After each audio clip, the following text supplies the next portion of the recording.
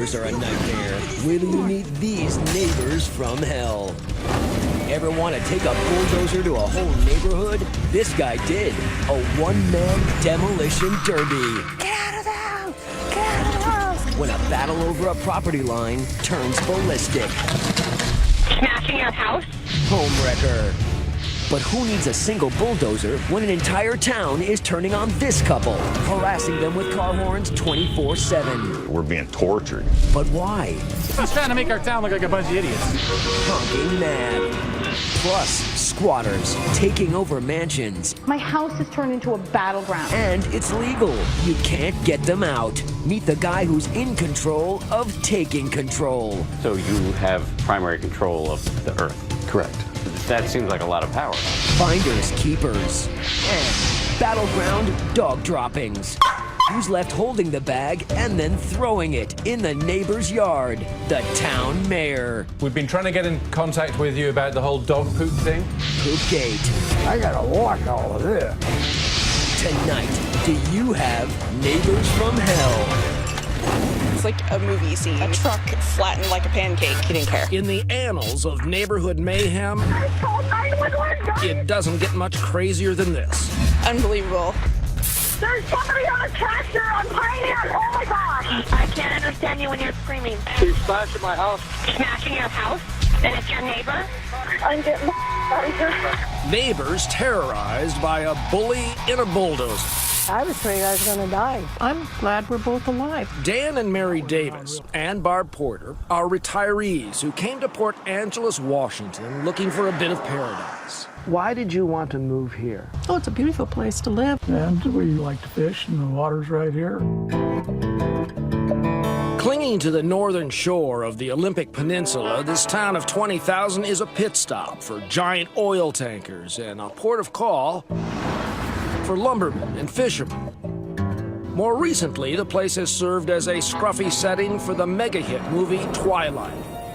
But before we meet the neighbor from the dark side, let's trace his path of destruction, beginning with a vacant modular home Dan was building as a rental unit. This is where my house sat. And this is where it wound up, next door. He shoved my house through the fence, collapsed both their storage buildings. It was way over there, and it ended up here. And that's my house there. He's headed towards this small house here, and it looks to me like he destroyed that house. To say nothing of Dan's pickup truck, which in the end could have been carried away with a spatula. All of this courtesy of a bulldozer driven by a very angry logger, their neighbor, Barry Sweigel. I talked with his brother, Jeff.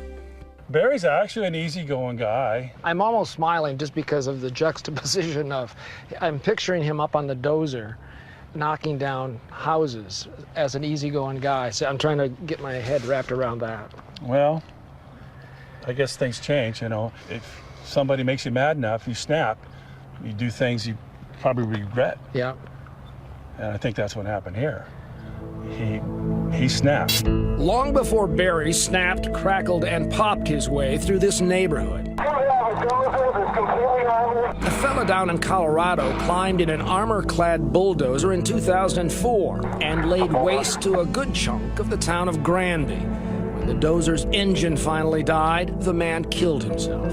Miraculously, up here in Port Angeles, no one was injured in Barry's wrecking spree. But what set him off? What do you think was his big gripe? It really boils down to one of the neighbors, and that's Dan Davis. Barry kept telling me that Dan was pissing him off, doing little things to get him mad. They say good fences make good neighbors. Well, not in this case. Seems Mr. Davis had been trying to build a fence between his property and Barry Swiegel's driveway. Well, how far back did that go? Well, that goes back for years over that fence up there. I think he wanted something that didn't belong to him. And he was mad because we were fixing it. Property lines are the most heated dispute between neighbors because people believe in lines, and yet both neighbors believe the line is different. Real estate mogul Barbara Corcoran has seen so many of these disputes spin out of control, she should be given a permanent seat on the UN Security Council. It takes two to fight, okay? And if either of them had been intelligent, the whole thing could have not happened. Taking the long view, as in from outer space, there's Dan's property, and adjacent to it, Barry's driveway. You can see how Barry's trucks and heavy equipment wore a path across the corner of Dan's property. Barry had logging equipment. His only way in and out was through this road. Oh, yeah. So you need a pretty good size entrance to make the turn. Make the corner. With the fence up, you're going to have to drive a little bit slower. You can do it just fine, but you got to go slower. He'd knock it down, we'd go put it back. He'd knock it down, we'd go put it back. Now, Dan Davis was not about to be intimidated, but he's 75 with a bum knee and bad eyesight. By contrast, Barry Sweigel is a 245-pound Paul Bunyan in love with machinery. Instead of Babe the Blue Ox, rusting carcasses of his old toys line his driveway. If you knew Barry, you know, he's a big boy. Auto glass repairman Jason Bondi. So, you know, I'm 300 pounds, and I'd be kind of scared of him if he went sideways. Sideways, backwards, inside or out, Jason says there was something else that made Barry dangerous. He didn't know me from Adam and just flat out said that he had a meth problem, you know, and he's trying to get help and nobody will help him. Both Barry's brother and local authorities confirmed Barry had a history of drug use and a penchant for paranoia. He said we were the leaders of a gang that was coming through our property and stealing his fuel, stealing his batteries, his fuel and his batteries. He thought that this mobile home had them surveilling him in there. The government or somebody was watching him. Even law enforcement had a growing file on the odd fellow living at 2313 East Ryan Drive. He was out here with his backhoe, with his excavator, digging up his yard and digging 20-foot deep holes in this driveway right behind us. He was just digging up holes? Just digging holes. Barry's bizarre brew of anger, heavy machines, and paranoia finally came to a full boil on an otherwise beautiful morning last May, when he turned his attention back to his neighbor Dan and that fence of his. He was saying something I couldn't understand him, and he was just bouncing up and down, giving me the finger. Well, first time in my life I ever did it, I gave him the finger back. And he drove off. And then I called the sheriff. Communication, Susan? Yeah, Susan. My name is Dan Davis. I says, well, something's going to happen here. I says, Barry's been tearing our fence down for 10 to 12 years, and I think he's going to do it again. He just drove by here, and he just harassed the hell out of me. About 2.5 hours later, then basically things hit the fan. He's smashing my house. Smashing your house? When we come back, forget the fence, he's going to try to take out the whole neighborhood. Yeah, now he's tearing the neighbor's place down. Holy Jesus, I gotta watch all of this. You will too. Next.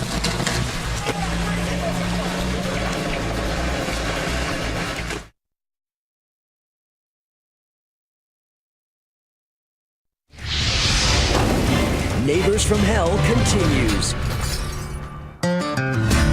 Dan Davis and his neighbor Barry Sweigel have been skirmishing over this fence for years. He'd knock it down, we'd go put it back. He'd knock it down, we'd go put it back. So like a run-up to a miniature war, Dan drew his red line in the sand, literally with spray paint, rightly guessing the squabble was about to turn nuclear. So I drove down to Rite Aid, got 2 disposable cameras, came back because I just had the feeling he was going to do something. Dan's no photographer. In fact, he's all thumbs, but still managed to fire off these shots just as Barry's dozer is about to take its first bite. And I heard the bulldozer start.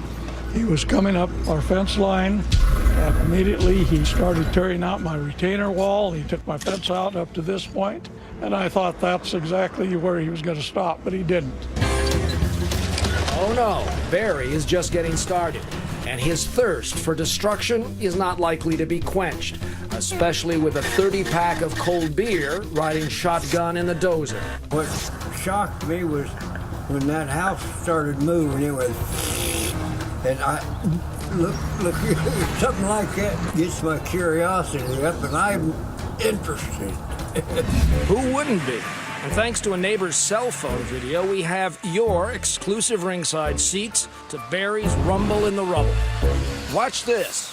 He's smashing my house. Smashing your house? My house, he's back. And listen to this 911 call. Dan's doing play-by-play of his own catastrophe. Now he's back and running over my truck, right over my new diesel pickup, right over the top of it. It was a hell of a nice pickup. And when I seen him go over that truck, holy Jesus, I gotta watch all of this, you know. The method to this madness suggests Barry is nothing if not thorough. Demolish house? Check.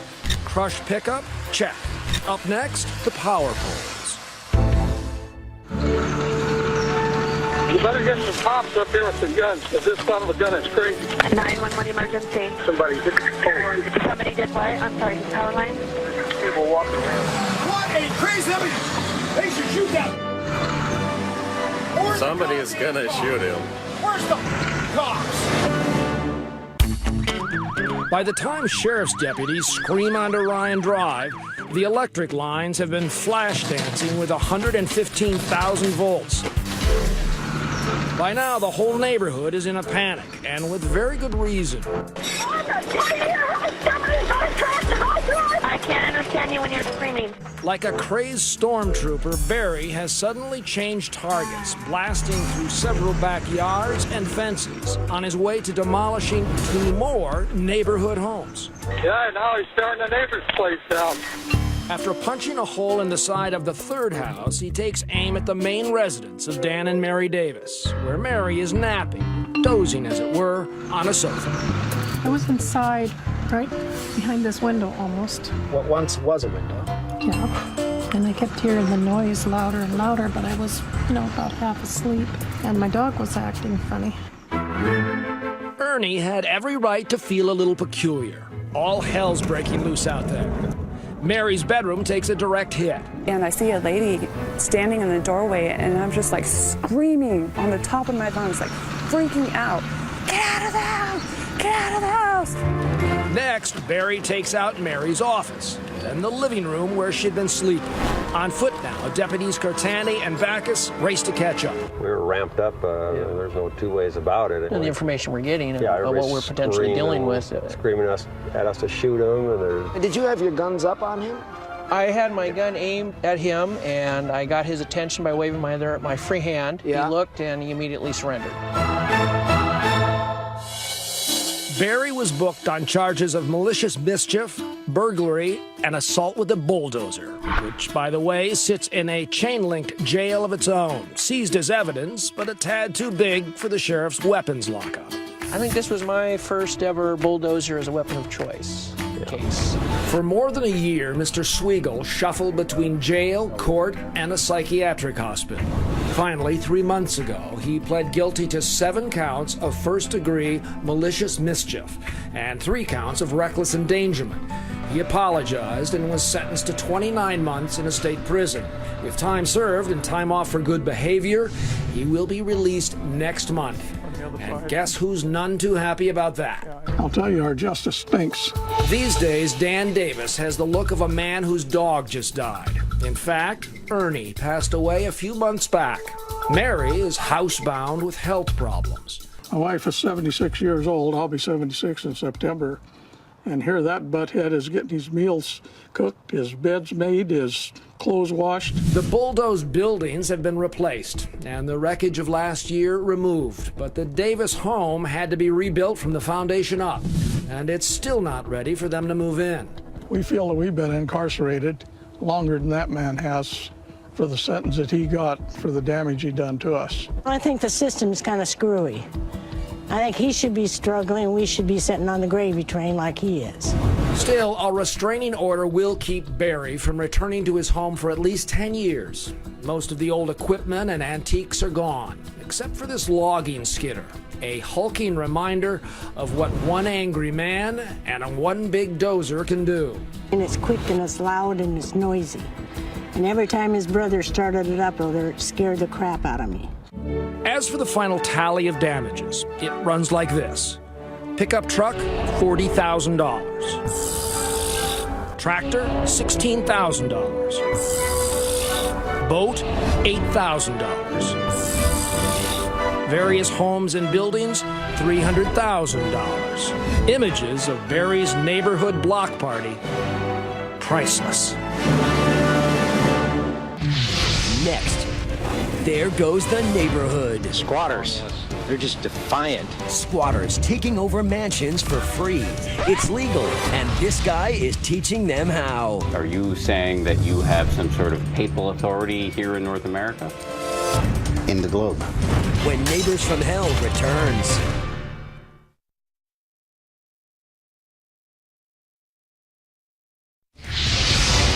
We return to Neighbors from Hell. What happens if your new neighbor just won't leave? They move in but refuse to move out. They still refuse to leave. Becoming a squatter from hell. My house has turned into a battleground. What a mess, right? Like the recent Airbnb house guest in Palm Springs. A squatter nightmare. She says the guy who rented it won't leave.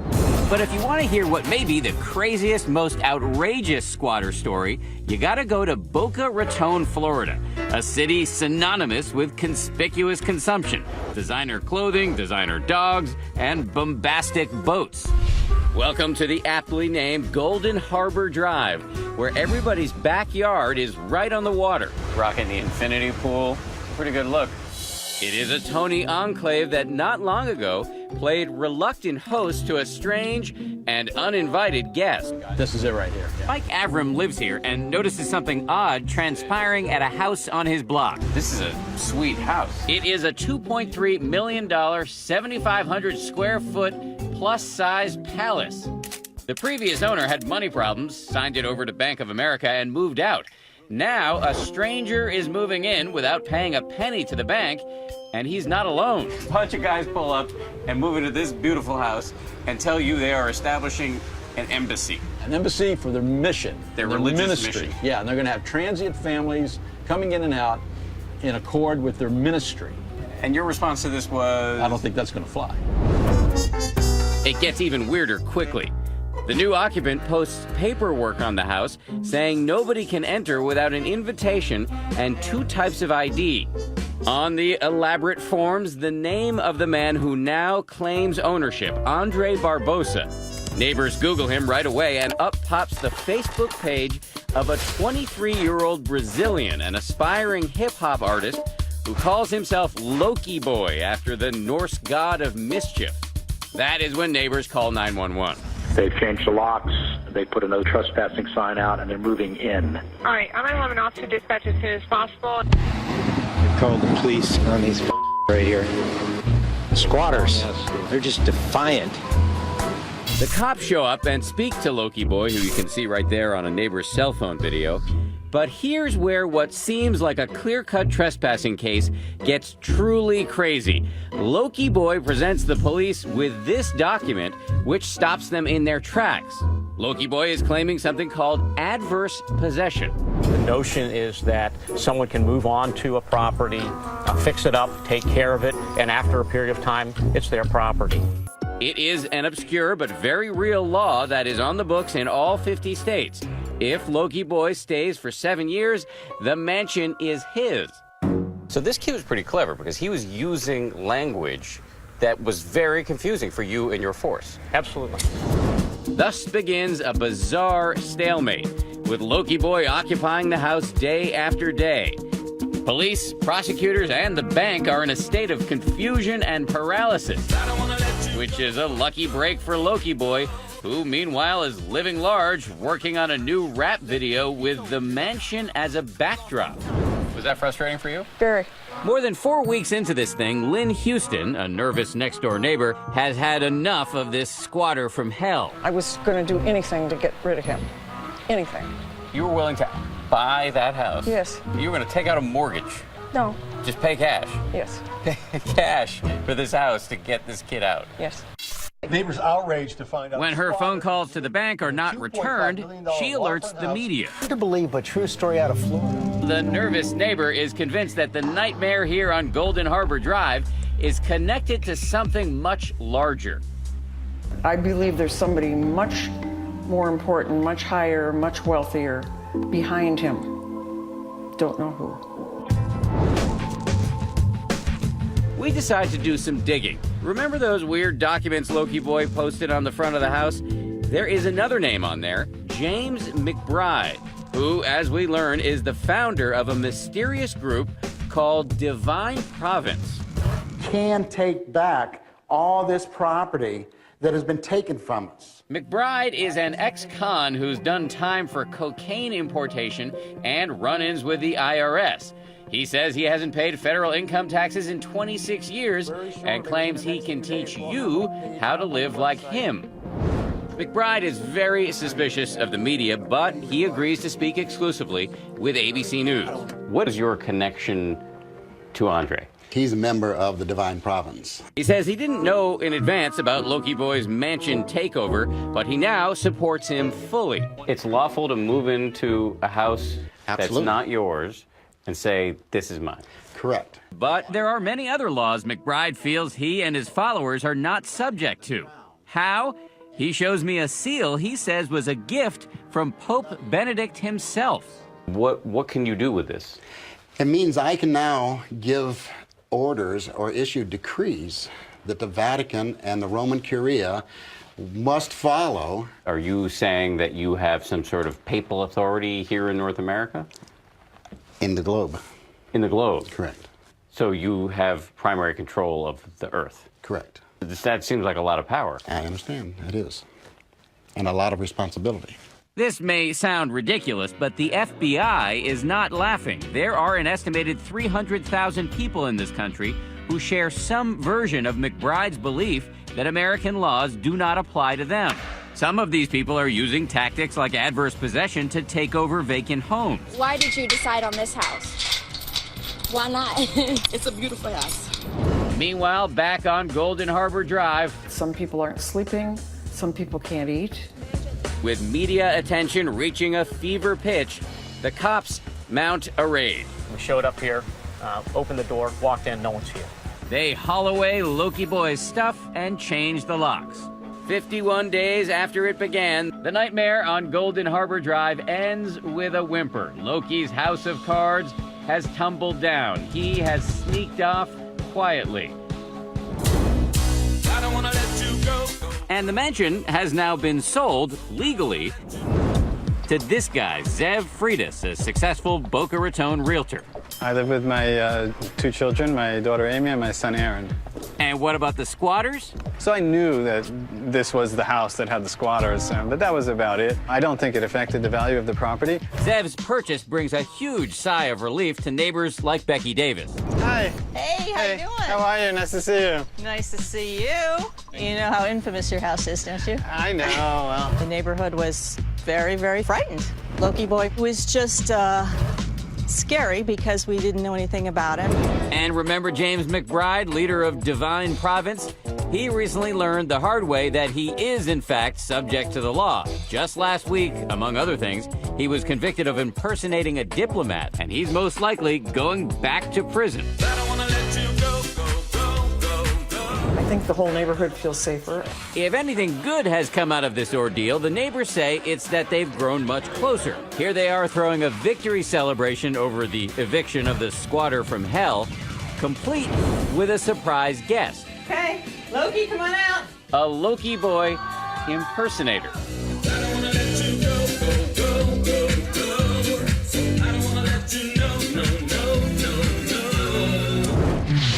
Next, why are all these cars honking their horns non-stop? A policeman, a fireman, even the mortician. Because of this man and his battle to buy this house. It's called menacing by stalking. Driving him out or just driving him nuts?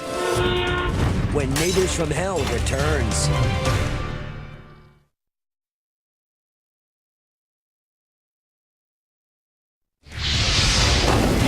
Neighbors from Hell continues.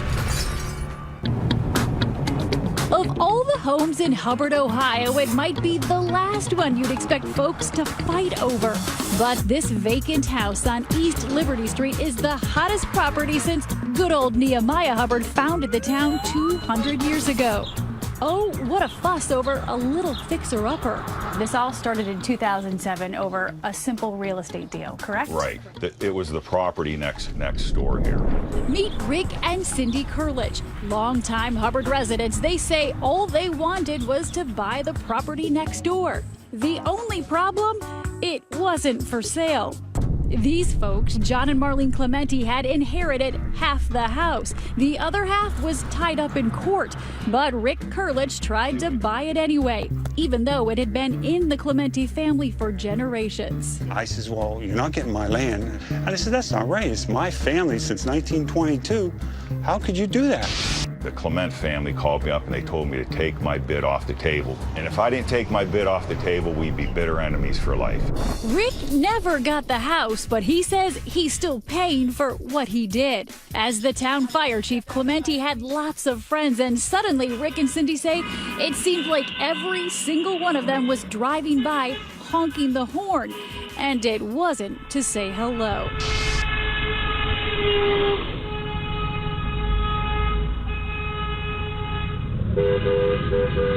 The Clement family conspired together to organize a horn-blowing campaign against us. That's really what this is all about. Ask not for whom the horn blows, it blows for Rick and Cindy Kurlich. In the beginning, it was 100 times a day. 100 times a day. 100.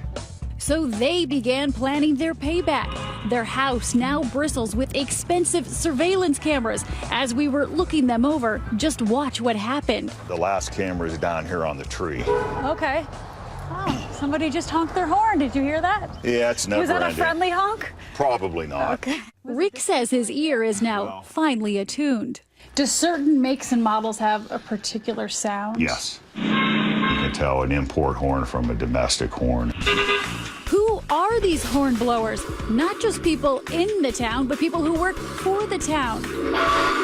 Firefighters, including some from the department John Clementi ran, and police. Here's one of Hubbard Township's finest, not serving, not protecting, just honking. It's enough to wake the dead. This hearse caught 10 times. And would you look at this? The horn on the bus goes. An education for Hubbard's next generation of horn blowers. Rick and Cindy renamed their dining room the evidence room. Wow. There's more in the basement. There's hundreds and hundreds of photographs and discs and stuff here. You're like a detective.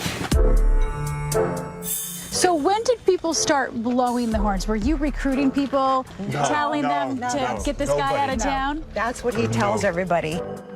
John says he can explain everything. His son's girlfriend and some of her friends would occasionally blow the horn, but he says that was just their way of saying goodbye. When they would leave the house, the girls would toot the horn just to let them know they're leaving. A little toot?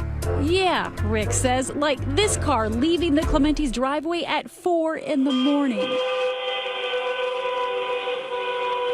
Does the city of Hubbard have a horn blowing epidemic? An epidemic? No. We do have a problem in one particular area. We patrolled around town with the police chief, Jim Tafe. At some point, people began blowing horns, but it became clear at another point that on occasion it was used to harass the person who lived there. Kurlich began taking horn blowers to court. He says he got orders of protection against more than a dozen people, and he didn't stop there. He started suing.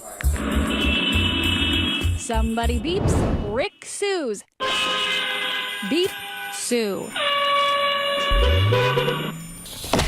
At the Trumbull County Courthouse, the legal paperwork is piling up.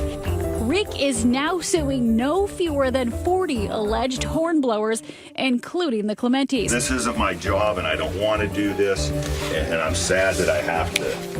Kurlich versus everybody. It seems like the town of Hubbard is against the Kurliches, and everybody's in on it now.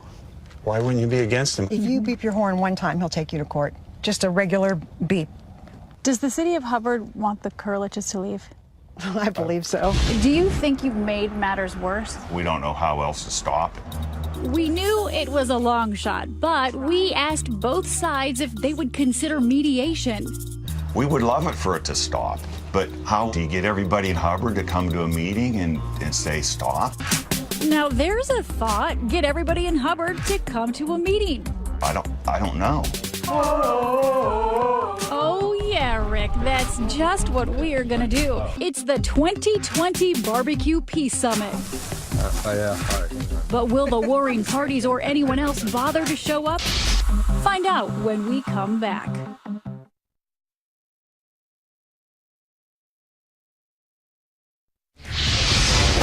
We return to Neighbors from Hell.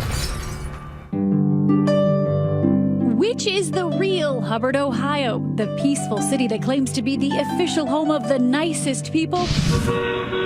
Or the horn-blowing bedlam captured on Rick and Cindy Kurlich's surveillance cameras? This is some stalking. Has it become a living hell for you? Yes. Oh, absolutely. Definitely. They say horn-blowing bullies are ruining their lives. How do you get out of the situation? We really don't know. Former Judge Billy Columbaro says she knows how it might be solved. Well, we're on our way to see Mr. Kurlich and Cindy. On a gray and rainy Friday, she came to Hubbard to try to mediate the noisy feud. The minivan diplomacy begins at the Kurliches. Hello. Hi there. I'm Rick. The judge says mediation has a better chance without cameras. All right, guys, you can leave. Out of here. 3 hours later, Judge Billy emerges with a slice of coconut cake, but no deal. He's thinking about it. That's a good first step.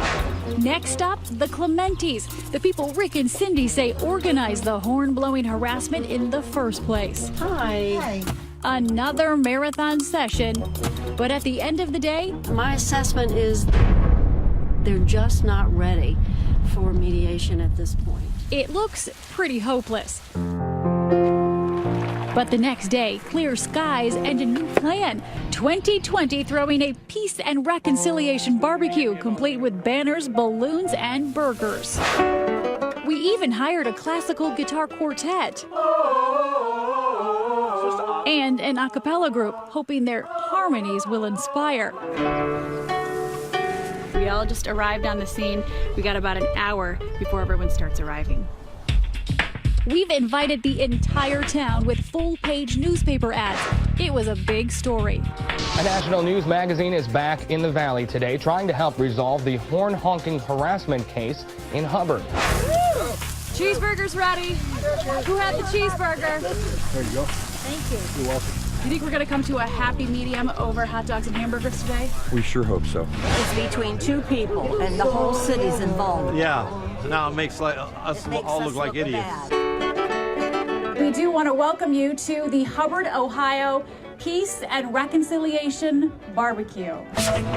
The big question, the Clementis and the Kurliches. If they don't show up, the Peace and Reconciliation Barbecue is a bust. We heard conflicting reports. They were coming, they weren't coming. And then, surprise, suddenly there they were, John and Marlene Clementi. And then we got word Rick and Cindy Kurlich were on their way. I think it's a little bit overwhelming, I think, for both of us. And there they were, in the same place at the same time for the first time in years. Not counting courtrooms. Are you nervous? Well, we don't know who's here. We'll see what happens. For a moment, we thought we had a breakthrough. The Kurlich's representative, Vic Rubenstein, confronts the Clementis' attorney, Jim Wise, insisting they go ahead with mediation. Can we hear that from Mr. Clementi's mouth? He's ready to mediate? My clients have always been willing to mediate. Well, then let's get it on. But is he willing to compromise? That is up to him. I can't answer that. First and foremost, The lawyers for both sides made brief statements, but the Kurliches and Clementis themselves spent the Peace and Reconciliation Barbecue avoiding each other. Here are John and Marlene. Rick and Cindy are way over there. But we did accomplish this. We got people talking and, better yet, listening. We had drivers driving past my house, beeping at this man's truck and us standing in my drive, enjoying my son's birthday party. That story brought Kelsey back to the microphone. If somebody drives past your house and honks at somebody's car at your son's party, we can all feel for that. It's just a bad. And there was this moment. when Rick's mom got a little overwhelmed. It has been hell for 7 years for my son and his wife, and they're good people. A neighbor who came to complain ended up showing compassion. Well, let's hope it's all stopped. I hope it stops. Stop. We just don't like what happened. I know. So maybe this wasn't the end, but it sure felt like a new beginning. Next, neighbors and their weapons of revenge, tossing dog poop. I can go chuck some poo. And getting back at noisemakers with noise of their own. I don't know if this is going to help any, but it's going to at least make me feel better. When Neighbors from Hell returns.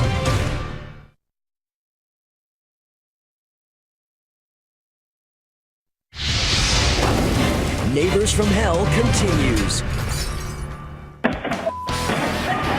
Neighbors. You can't choose them, and judging by a quick trawl of YouTube, there are a whole lot of neighbors from hell out there.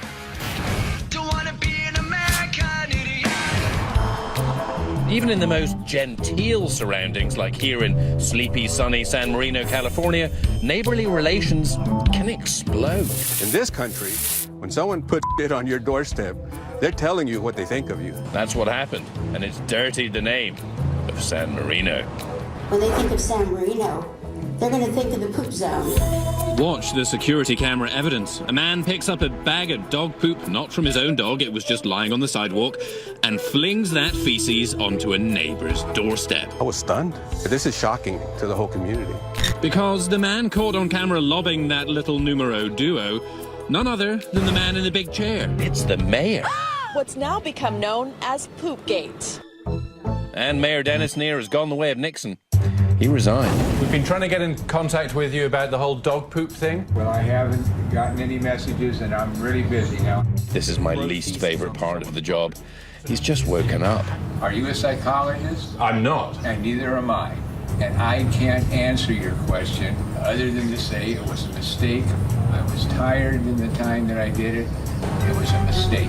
Dr. Ari Novick is a psychologist and anger management expert. We all have made judgment errors. He said he was tired. Okay, and that's quite possible. And certainly sleep deprivation can do that. But there's never an excuse for throwing feces on your neighbor's yard. The neighbor in question is this guy. He says it got a little bit heavy and I decided to drop it. And this little bag was less than half, a pound. Small dog. It was a small dog. Philip Lau is a regular thorn in the ex-mayor's side, now making political capital out of projectile poop to stop Mayor Neer's agenda in its tracks. He's proposing painting bike lanes along the road. We had fought against the tennis lights. So you are a concerned citizen, not a pain in the butt. That's what I would think, Lau thinks this was an act of vengeance. Did you have a beef with Mr. Lau or nothing? No. Well, we have disagreements in terms of he comes to the city council and he objects to two things. Has it ever crossed your mind to throw dog poop at his house? Yes.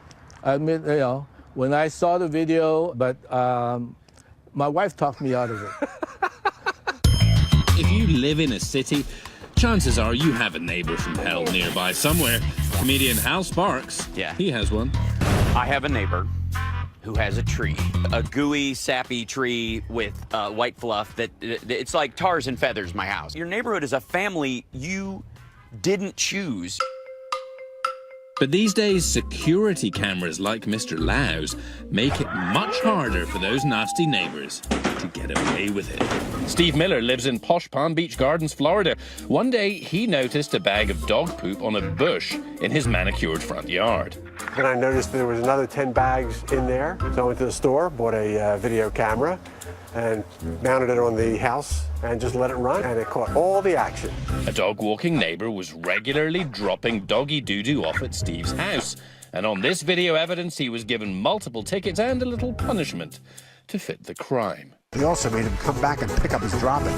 All 11 bags. Video is now a deterrent, or should be. Imagine if there was a hidden camera viewing everything you did. How would you want to be seen by others?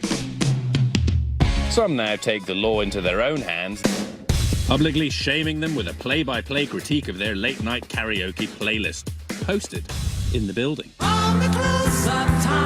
If you're going to be woken up after 2 hours sleep, it might as well be by a herd of morons singing Tiny Dancer. He ended the review with 3 simple words: I hate you. That's the way to handle it, because it's charming, it uses creativity, it embarrasses them, it gets the entire neighborhood on your side. And you haven't behaved bad? No, you haven't. Which brings us back to San Marino, California, and Poopgate, and Mr. Lau, who caught the mayor behaving badly, throwing poop onto his property. Did a little part of you think, yes, we got him? Yes, yeah, of course. The mayor resigned, apologized. He's all about humble pie. I don't know what else I can do. I can't turn back to June the 7th. But Mr. Lau and others aren't finished. They want him off the city council. You seem like a very nice chap. He seems very nice. It's a beautiful neighborhood. Why can't we get along? Yeah. Because oftentimes neighbors just can't get along.